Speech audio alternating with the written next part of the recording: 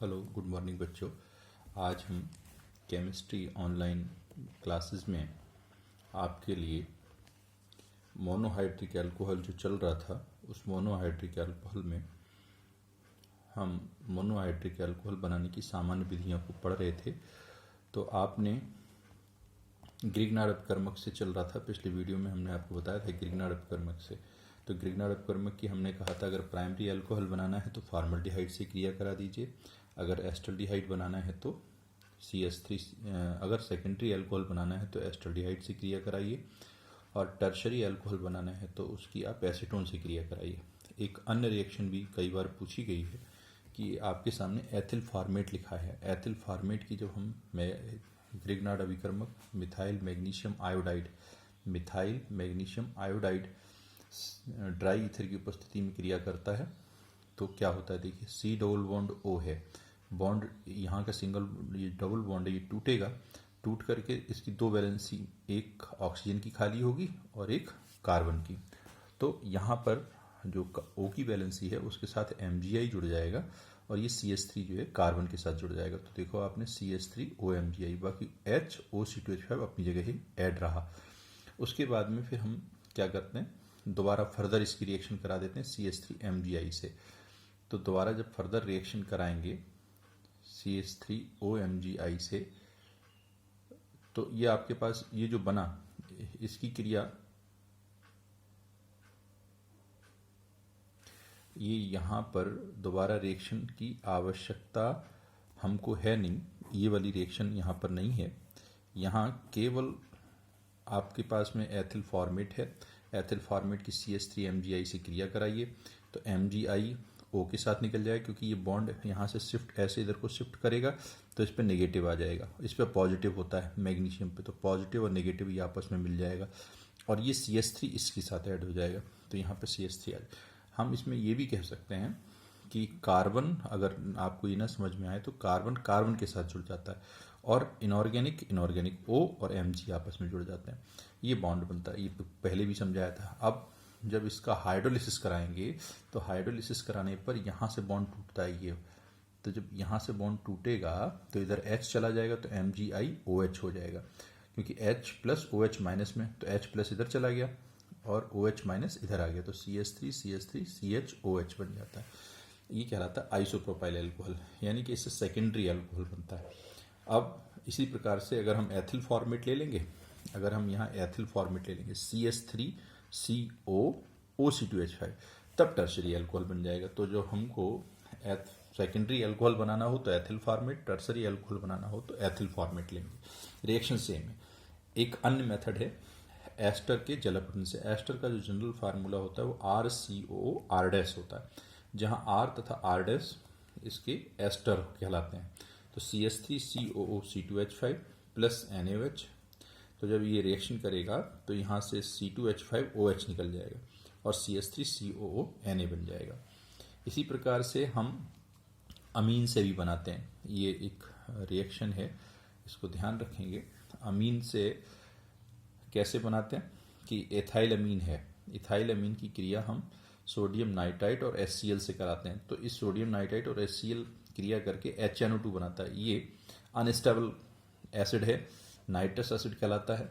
और टेम्परेचर का ध्यान रखेंगे, 0 से 5 डिग्री सेंटीग्रेड पर एजो कंपाउंड बनते हैं, लेकिन हम जब इसकी क्रिया 5 से 10 डिग्री सेल्सियस पर कराते हैं तो यहाँ रिएक्शन क्या होती है कि ये जो नाइट्रोजन है वो इस नाइट्रोजन क्रिया करके नाइट्रोजन गैस के रूप में निकल जाता है और इसका O और इसके H2O से ये H2O निकल जाता है। तो यहाँ एक O और एक H बचता है, वो यहाँ जुड़ जाता है, वो इस तरफ आ जाता है। ये जो OH है वो यहाँ आ जाएगा तो ये बन जाएगा C2H5OH। तो देखो HNO2, तो HNO2 से क्रिया करके C2H5OH बना देता है एथिलअमीन। एथिलअमीन की क्रिया में जो अमीनो ग्रुप है वो OH में कन्वर्ट हो जाता है। अब इसके बाद इसकी कुछ प्रॉपर्टीज़ हैं, जनरल प्रॉपर्टीज़, उनको आप डिस्कस कर लें, उनको देख लें।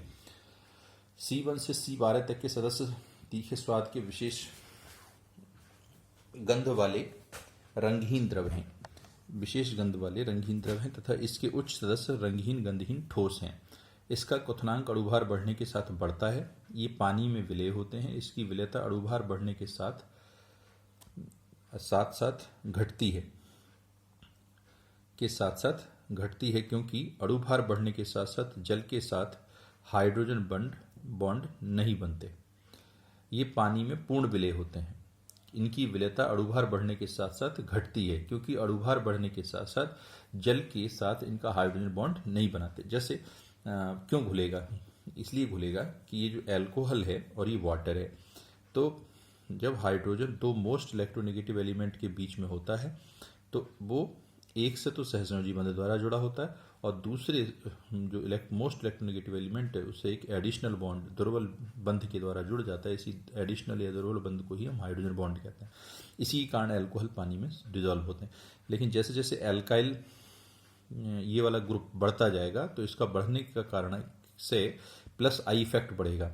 जब आई इफेक्ट बढ़ेगा तो इलेक्ट्रॉन की डोनेटिंग टेंडेंसी बढ़ जाएगी। मतलब इसको ये जो है इलेक्ट्रॉन को रिपेल करना शुरू कर देगा। इस पर इलेक्ट्रॉन की डेंसिटी बढ़ेगी तो इसकी जो इलेक्ट्रॉन को अपनी तरफ खींचने की पावर है वो थोड़ी सी कम होगी तो इनके बीच में हाइड्रोजन बॉन्डिंग नहीं हो पाएगी। इसीलिए कहा है जैसे जैसे इसका भार बढ़ेगा, इसका सेंस ही यही है कि प्लस आई इफेक्ट बढ़ेगा और प्लस आई इफेक्ट बढ़ने से इसकी हाइड्रोजन बॉन्डिंग बनाने की जो क्षमता है वो कम होती है। इसके बाद एक प्रश्न आता है कि इसके क्वथनांक व गलनांक समान अणुभार वाले ईथर और एल्केन, एल्काइल हैलाइड या अन्य कार्बनिक यौगिकों से उच्च होते हैं। कारण क्या है? तो इनका कारण है कि ये हाइड्रोजन बॉन्ड बना लेते हैं। इनमें हाइड्रोजन बॉन्ड बनता है। जैसे एक एल्कोहल है तो ये जो एल्कोहल है ये हाइड्रोजन बॉन्ड बनाने में जैसे ये वाला जो हाइड्रोजन है ये हाइड्रोजन इधर मोस्ट नेगेटिव इलेक्ट्रोनेगेटिव एलिमेंट से जुड़ा है और यही हाइड्रोजन इस मोस्ट इलेक्ट्रोनेगेटिव एलिमेंट से जुड़ जाए तो अब इसकी इधर तो ये कोवेलेंट बॉन्ड के द्वारा जुड़ा है, इधर वो हाइड्रोजन बॉन्ड के द्वारा जुड़ जाएगा। इसी प्रकार से इसका जो एल्कोहल है वो इधर आप H मान लीजिए, ये H है तो ये जो H है इसी प्रकार की कहानी यहाँ पर भी आएगी। भाई ये एल्कोहल है ROH और ये भी ROH है तो ये हाइड्रोजन इन दो मोस्ट नेगेटिव एलिमेंट से जुड़ा है तो इनके बीच में ये हाइड्रोजन बॉन्ड जुड़ जाएगा। इधर ये वाला हाइड्रोजन इन दोनों मोस्ट इलेक्ट्रोनेगेटिव एलिमेंट से जुड़ा है तो इसलिए इनके बीच में ये हाइड्रोजन बॉन्ड बन जाते हैं और हाइड्रोजन बॉन्ड बनने के कारण इनके क्वथनांक और गलनांक उच्च होते हैं। अब इसके बाद इसकी केमिकल प्रॉपर्टीज आती हैं, बहुत इंपॉर्टेंट है। PCl5 से क्रिया, जब भी PCl5 से रिएक्शन होगी तो आप याद रखिएगा कहीं पर भी रिएक्शन हो तो एक चीज निकलती है इसमें से, वो है POCl3। इसे फास्फोरस ट्राईऑक्सीक्लोराइड भी बोलते हैं, फास्फोरस ऑक्सी ट्राईक्लोराइड इसका नाम है। और HCl, क्योंकि H है तो HCl निकल जाएगा। POCl3 हमेशा जब भी PCl5 से फास्फोरस पेंटाक्लोराइड बोलते हैं, फास्फोरस पेंटाक्लोराइड, तो POCl3 बनेगा और एक HCl बनेगा। और बाकी अब ये OH ग्रुप गायब हो गया तो यहाँ से Cl बचा, वो यहाँ पर जुड़ जाएगा तो C2H5Cl बन जाएगा। तो इसी प्रकार से एक अन्य रिएक्शंस हैं हम देखेंगे PCl3 से क्रिया। जब भी PCl3 से क्रिया होगी तो यहाँ 3 मॉलिक्यूल लेने पड़ेंगे क्योंकि ये पूरा OH गायब होगा। H3PO3, 3 OH गायब हो जाएंगे और एक P, तो ये बन जाएगा H3PO3 आर्थो फास्फोरस एसिड और 3C2H5Cl, 3 Cl यहाँ जुड़ जाएंगे 3 OH के स्थान पर। तो जब भी PCl3 से जहाँ भी रिएक्शन होगी वहाँ H3PO3 ही बनेगा और जहाँ PCl5 से रिएक्शन होगी वहाँ POCl3 और अगर H है तो HCl निकलेगा। आगे देखेंगे SOCl2 से प्रेडीन की उपस्थिति में SOCl2 से थायोनिल क्लोराइड बोलते हैं इसे, थायोनिल क्लोराइड से क्रिया। तो इसमें भी क्या होता है, देखो SO और ये O SO2 के रूप में निकल जाएगा और एक H और एक Cl के रूप में निकल जाएगा, एक Cl यहाँ आ जाएगा तो C2H5Cl।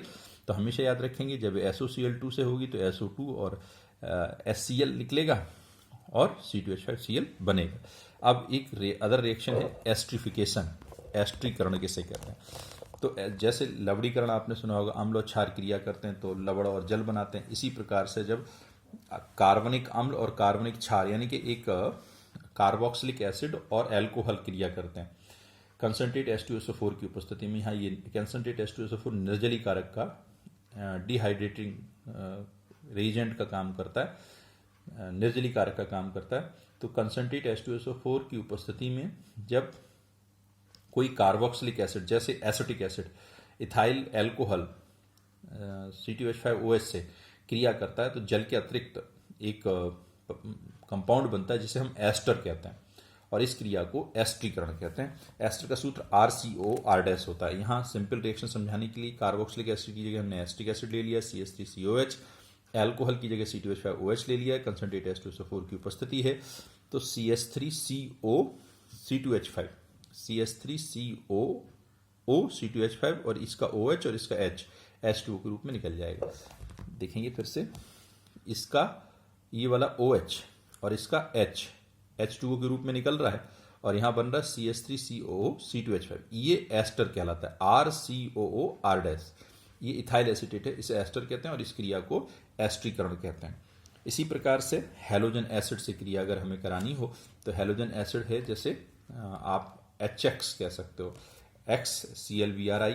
तो हमने एथिल एल्कोहल की क्रिया रेड फास्फोरस की उपस्थिति में अगर HI से कराएंगे, रेड, इसमें दो रिएक्शंस हैं। एक तो ये एथिल एल्कोहल की क्रिया आप HI से करा दीजिए, तो जब HI से कराएंगे तो सीधे सीधे एथिल आयोडाइड बनेगा और H2O निकलेगा, H और OH H2O निकल गया, C2H5I बन गया एथिल आयोडाइड। लेकिन अगर हम यहाँ पर रेड फास्फोरस की उपस्थिति ले लेते हैं तो एथेन बनना शुरू हो जाता है। क्यों? क्योंकि दो H हैं, H2O निकल जाएंगे, एक H और एक OH H2O के रूप में निकल जाएगा, एक I2 के रूप में निकल जाएगा और एक H यहाँ जुड़ जाएगा तो CH3CH3। तो ये याद रखेंगे, रेड फास्फोरस की उपस्थिति में करेंगे तो एल्केन बनेगा, इथेन बनेगा, और केवल HI से क्रिया कराएंगे तो एथिल आयोडाइड बनेगा। ये हमको ध्यान रखना है। इसी प्रकार से अगली जो वीडियो होगी उसमें हम निर्जलीकरण की क्रिया को समझाएंगे।